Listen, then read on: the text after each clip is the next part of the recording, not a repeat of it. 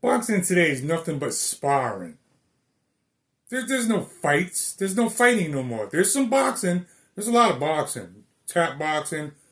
I call it fencing. But there's no fights. I haven't seen a fight in I don't know how long.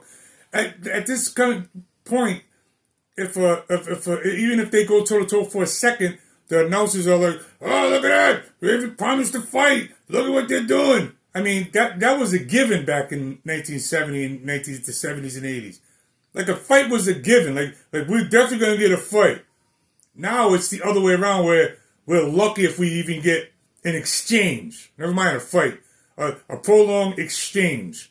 We're lucky for that. Boxing is nothing. Kids get paid more now than they ever did for less effort. Sparring. You never see sustained action anymore. You're not going to see a Auturo Gatti, Micky Ward anymore ever again. You're not going to see a Ivan Robinson. What's that fight that Ivan Robinson and Gatti fight? Gatti was in a lot of. You're never going to see Vinny Paz, Greg Hogan. You're never going to see. You're never going to see Hagler Hearns.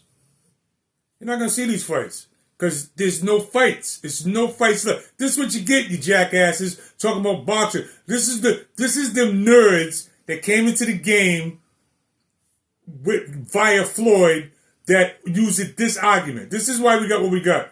I like the artistry of boxing. I appreciate the artistry of boxing and these fucking nerds. This is why boxing is what it is. This is why you don't get any fights anymore. The reason why these fucking nerds like that because they're not fighters in their heart. They'll never fight. So they champion that kind of foolishness because they'll never be able to fight. They won't fight anything. They won't bust a grape in a fruit fight or throw a rock in a glass house. They're anti-fight. So they say, I like boxing. I appreciate the skill and all this foolishness.